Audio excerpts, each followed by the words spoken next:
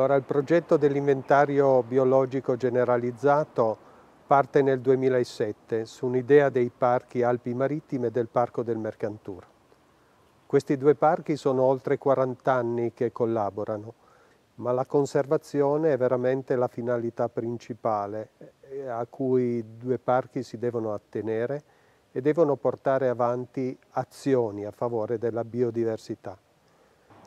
I nostri due parchi, Marittime e Mercantour, era moltissimi anni che lavoravano sulla fauna, ma in genere si prestava attenzione alla grande fauna. Abbiamo lavorato sul camoscio, sullo stambecco, su queste specie più evidenti e per un periodo abbiamo un pochino sottovalutato quello che invece è la biodiversità generale. Moltissimo ci sarà ancora da fare. Il progetto ATBI dell'inventario biologico generalizzato è un progetto che non avrà mai fine, quindi continuerà questa ricerca, questo approfondimento. Et finalement, ça a inspiré d'autres espaces naturels protégés à en faire de même. Et cette espèce d'effort collectif finalement a pu vraiment voir le jour à travers le Pittem Biodivalp, donc un projet Interreg Alcotra. En termes vraiment d'ATBI, se déroulera entre 2019 et 2021 sur un ensemble de 7 espaces protégés réunis entre la région Ligurie, la région Piémont, donc le parc national du Mercantour, mais également le parc naturel régional du Queyras, les Écrins, la Vanoise et le conservatoire d'espaces naturels Haute-Savoie Aster.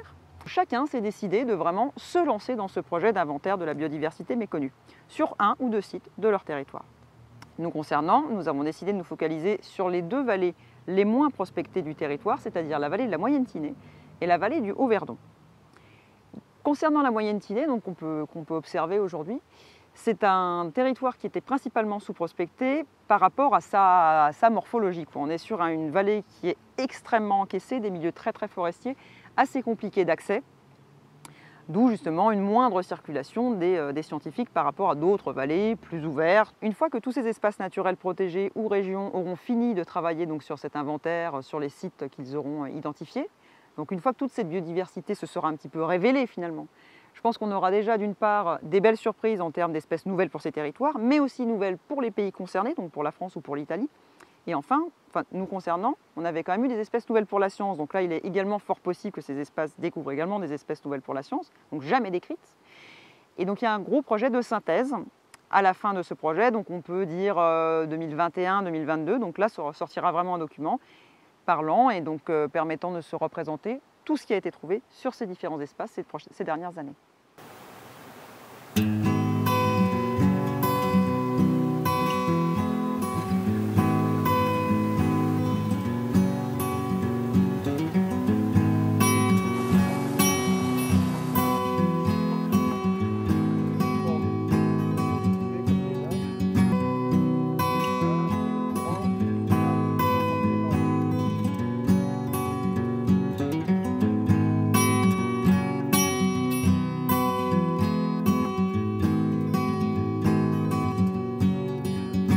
Thomas a été chercher des insectes aquatiques dans des blocs, dans des vitesses très rapides, plus typiques de zones torrentielles.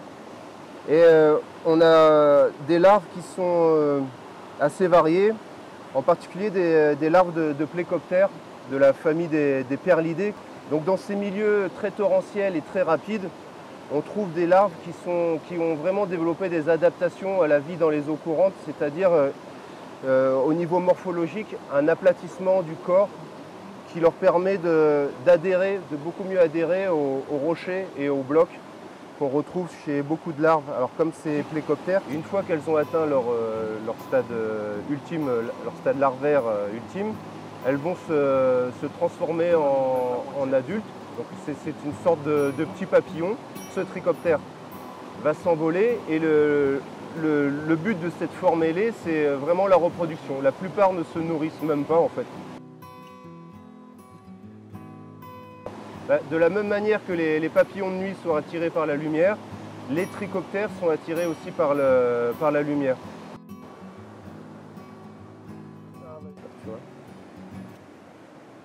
Alors les inventaires réalisés en 2019 et 2020 ciblaient des zones qui étaient plus ou moins prospectées. Par exemple, le torrent de Molière, lui, était connu dans la Moyenne-Tinée, mais le reste de la Moyenne-Tinée était moins bien connu.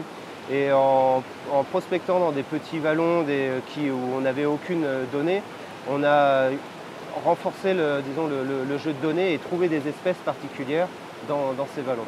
On a eu quelques bonnes surprises. Par exemple, on a trouvé un trichoptère, Rhiacophylla archangelina pour le citer, qui est une espèce qui était connue que d'Italie pour l'instant, qui était connue dans la région du Piémont, vers Antraquet, dans le parc Alpi-Maritime, répertorié pour la première fois en octobre dernier, donc octobre 2019, sur la partie basse du torrent de Molière.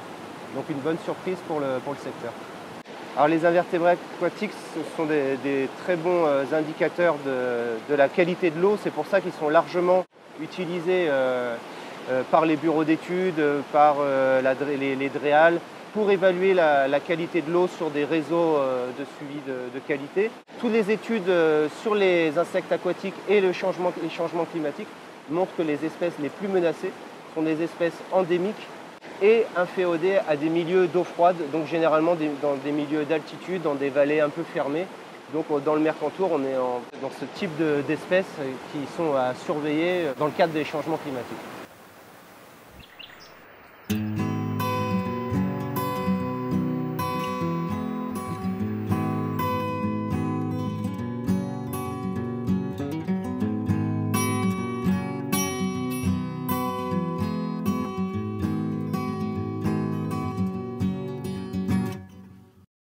Et ben là, on est sur le lac Lovitel.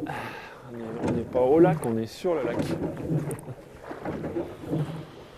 Et on va arriver dans la réserve intégrale dans 10 minutes si je suis en forme, 12 si je traîne un peu. Ce site, il a, je dirais, comme particularité de ne pas trop en avoir. C'est-à-dire que ce qui est intéressant pour nous, c'est que c'est un site classique des Alpes du Nord, on va dire, avec une paissière dans la partie basse, avec des prairies alpines, comme on peut rencontrer dans beaucoup d'endroits des Alpes, et puis une zone rocheuse en altitude avec un petit glacier. Donc c'est un vallon typique des Alpes du Nord. C'est ce qui est intéressant. On n'a pas forcément d'espèces plus particulières qu'ailleurs, et c'est ce qui est intéressant puisque ça va nous permettre de voir comment la nature évolue sans intervention humaine dans un vallon classique des Alpes, on va dire, représentatif des Alpes. Donc l'intérêt de ce programme ATBI à l'échelle franco-italienne, c'est que justement on va pouvoir inventorier, aller assez loin dans les inventaires sur plein de sites, aussi bien des Alpes du Sud que des Alpes du Nord, des Alpes internes et des Alpes externes.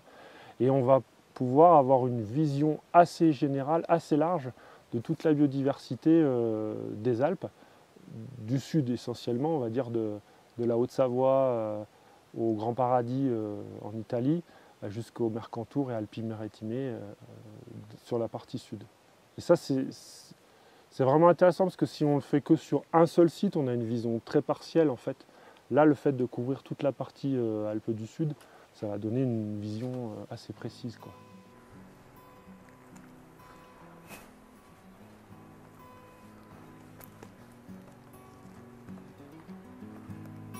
Je m'appelle Nicolas Van Voren, je travaille dans le cadre de l'inventaire pour la TBI ici du Lovitel pour le compte de l'association ascomi7.org, qui est une association spécialisée dans l'étude des Ascomycota, qui est un groupe des champignons en fait, voilà, donc qui est un groupe particulier qui est étudié par notre association.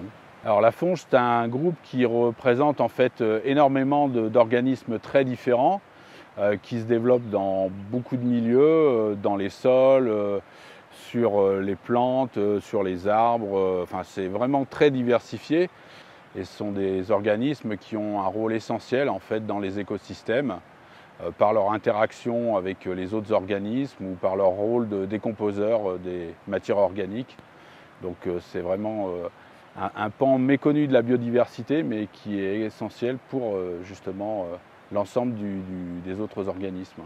Alors la réserve du Lovitel, c'est un endroit qui est intéressant du point de vue de l'étude parce que justement on a ici un milieu qui est laissé en libre évolution.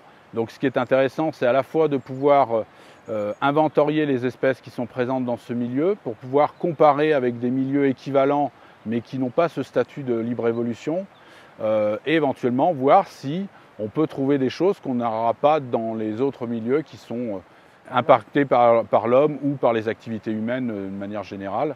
Donc voilà, c'est essentiel qu'on puisse avoir des outils comme la réserve pour compléter notre connaissance de la fonge. La difficulté avec les champignons qu'on étudie, c'est que simplement à l'issue de la récolte, on peut rarement mettre un nom de champignon directement dessus. Donc là, j'ai récolté des choses sur différents substrats, des plantes mortes, des bois morts.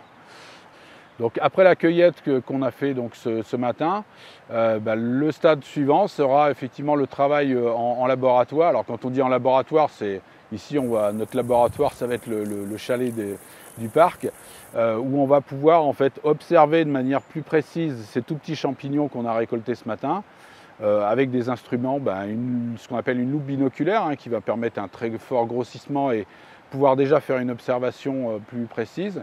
Et ensuite, on va faire une observation anatomique en faisant du microscope pour pouvoir là observer des caractères microscopiques, notamment tous les organes de reproduction, les spores.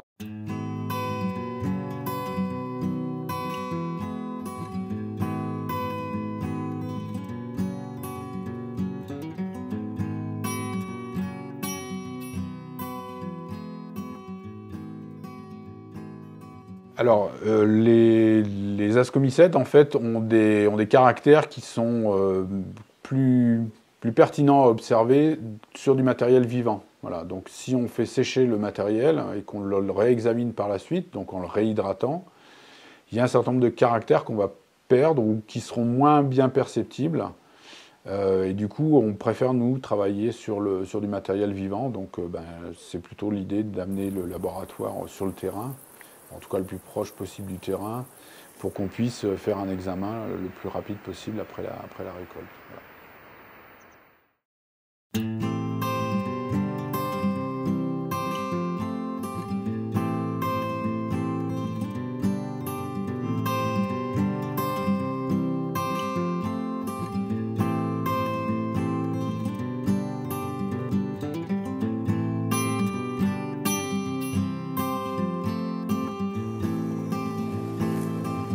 Alors ici, je fais un inventaire des araignées de la vallée du Guil.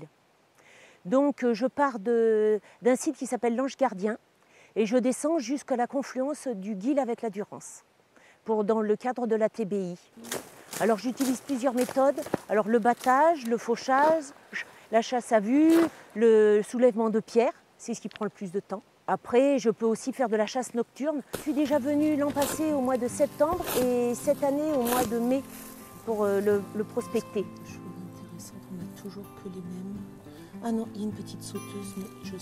C'est une araignée sauteuse, une salticidée, qui se met à l'abri sous les pierres pour la nuit ou quand il y a des intempéries.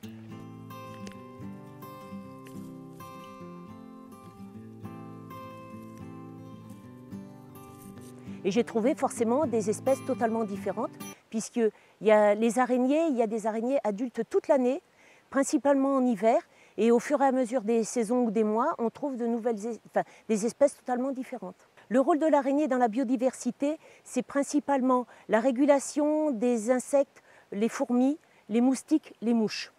Disons que plus il y a d'araignées, ça veut dire qu'il y a beaucoup d'insectes, c'est donc que la biodiversité est riche. La démarche de la TBI est une action très très importante parce que ça permet de connaître la biodiversité des sites qui ont été souvent sous-prospectés. On trouve souvent de nouvelles espèces d'araignées quand on prospecte, en fait pas parce qu'elles sont nouvelles, mais parce que les lieux n'ont jamais été inventoriés.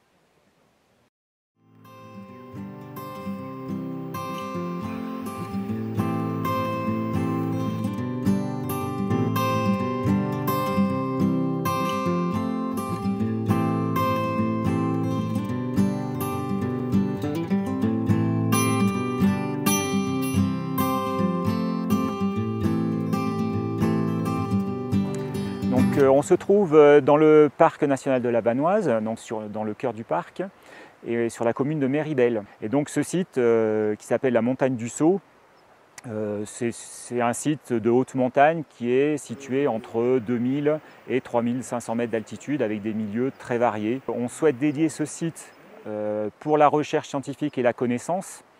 Et donc, on s'est dit que c'était une très bonne opportunité de déjà avoir une connaissance sur les espèces qui, pour le moment, n'avaient pas jamais été trop investiguées jusqu'à présent. Le site, on l'avait aussi choisi parce qu'il est assez diversifié en termes de milieux. On a des pelouses, des milieux rocheux, on a jusqu'à un glacier. Donc on a vraiment une diversité de milieux de haute montagne et on est aussi sur calcaire d'un côté et roche acide de l'autre. Donc théoriquement avec des végétations et donc des espèces animales aussi très différentes.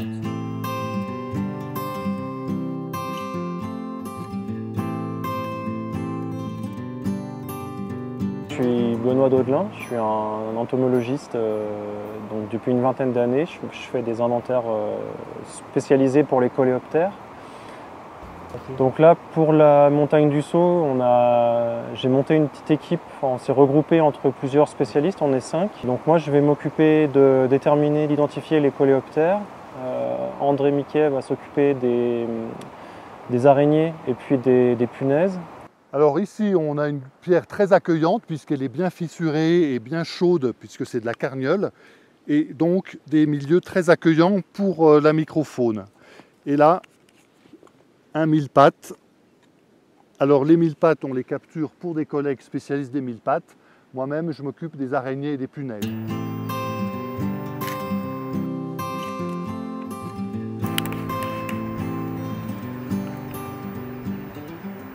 Zéro punaise, évidemment. Si, il y a des punaises, il y a des opilions, il y a des punaises.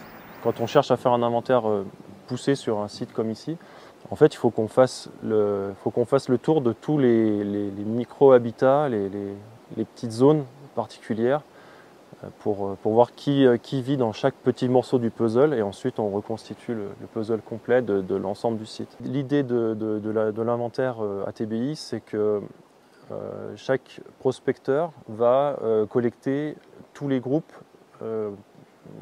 avec sa technique, tous les groupes, et ensuite on va se répartir les punaises pour un tel, les mille-pattes pour un autre, les coléoptères pour un autre. On est obligé de s'appuyer sur un grand réseau d'experts qui ont la connaissance, qui ne vont pas forcément venir sur le terrain faire tous les prélèvements et ramasser les bestioles sur place. Ça, c'est un peu notre mission. On est spécialiste de notre groupe, mais avec André, on est aussi capable de ramasser large pour après redistribuer à tous les experts. Au niveau des techniques, il y a le petit filet fauchoir. Sinon, on a les systèmes de piégeage.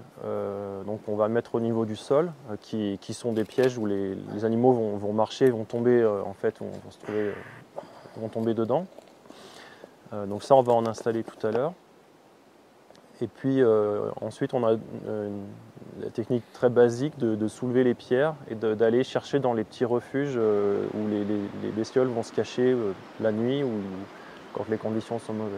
Après, il y a une autre technique. En fait, on a un aspirateur qui va aspirer tout ce qui est toute la litière au niveau du sol, donc tous les débris de plantes et tout ce qui est caché au pied des plantes, auquel on n'a pas vraiment accès quand on cherche à vue avec des petites pinces.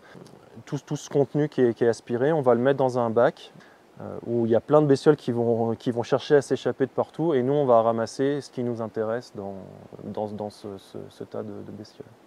Au niveau des collectes, c'est vrai que ça peut surprendre de ramasser énormément d'insectes, mais au final, nous on va aller que dans très peu d'endroits par rapport à la surface du site. Et notre impact au niveau prélèvement, il est quand même très réduit.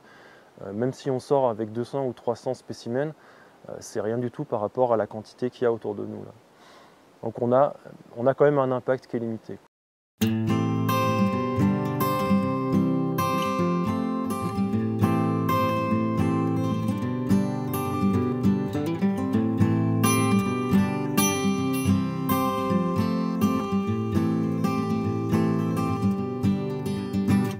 En face de nous, on a le site école, ce qu'on appelle le site école de la Balme, localement on dit Barme, qui est en fait la combe qui est en face de nous, délimitée globalement par cette arête-ci, l'arête là-bas, la grande arête sommitale, une ancienne propriété privée, plus de 600 hectares, qui a été acquise récemment par la commune de Chamonix. C'est le site idéal, on a à peu près 1000 mètres de dénivelé, de 1700 mètres environ au niveau du torrent de la Diose jusqu'à 2700 sur l'arête sommitale, 2009 presque au sommet du point culminant de l'arête du Pouce. C'est complètement libre, en libre évolution, laissé à la nature, à la faune sauvage et à l'abri du dérangement. Donc c'est le beau site, le site dont on rêve comme site de référence pour observer en fait les processus naturels. On va dire que sur le site, on avait la connaissance de base qui existe quasiment dans tous les espaces protégés, c'est-à-dire la flore et la faune vertébrée. Il nous manquait tout le reste, et donc l'année dernière, on a commencé à faire des inventaires sur la faune invertébrée, donc les mollusques, dont on reparlera sans doute, et puis les grands groupes de faune, les classiques, c'est-à-dire les papillons, les libellules, les criquets, les sauterelles. L'intérêt, c'était de pouvoir mener des projets à l'échelle de l'arc alpin et de pouvoir éventuellement comparer nos espaces à d'autres espaces. C'était aussi la possibilité d'obtenir des financements pour des choses qu'on n'a jamais l'occasion de faire.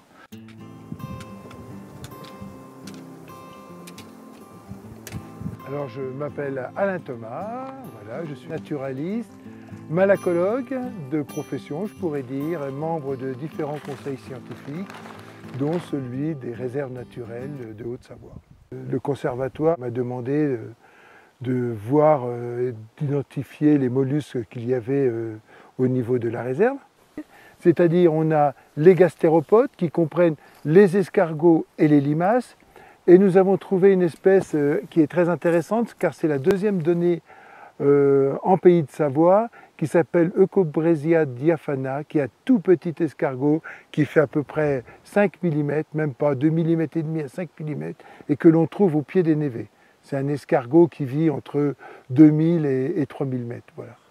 Alors c'est des marqueurs du changement climatique, car ces escargots ils étaient un peu plus bas, voilà, quelques décennies, et là maintenant on commence à les voir remonter, et on s'aperçoit vraiment qu'ils ont besoin de fraîcheur, quoi.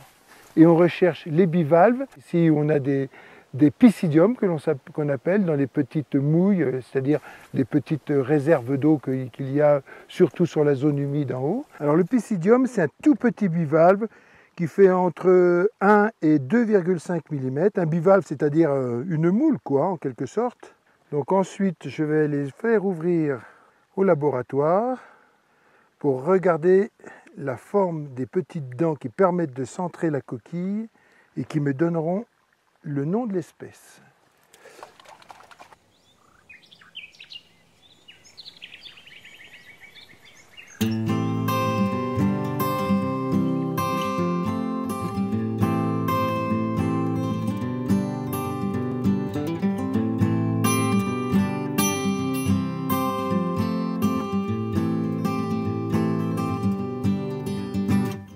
Io sono Davide Dagnino, sono un postdoc all'Università di Genova in botanica e sono qua nell'ambito del progetto CoBioDiv per effettuare dei rilievi per l'ATBI, quindi All Taxa Biodiversity Inventory, riguardante appunto la componente vegetale. La mia attività riguarda soltanto la botanica e in particolare io mi occupo sia delle piante vascolari sia dei muschi principalmente. Allora, noi oggi ci troviamo al Monte Bignone, che è un'area protetta in cui la principale habitat interessante sono le praterie di questo crinale, che sono delle praterie aride che ospitano molte specie, tra cui anche molte orchidee. Che comunque ci troviamo nella zona delle Alpi sud-occidentali, che è uno dei più importanti centri di endemismo di tutto l'arco alpino. Specificamente il Monte Bignone probabilmente un po' meno rispetto alle altre parti perché è meno alpina. Qui ci troviamo in un piano montano e questo habitat in cui ci troviamo è un habitat di interesse prioritario per la comunità europea, così come anche alcuni boschi che ci sono qui intorno, boschi di quercia. Io sono Claudia Turcato, sono una botanica e attualmente lavoro come consulente per l'ARPA Liguria.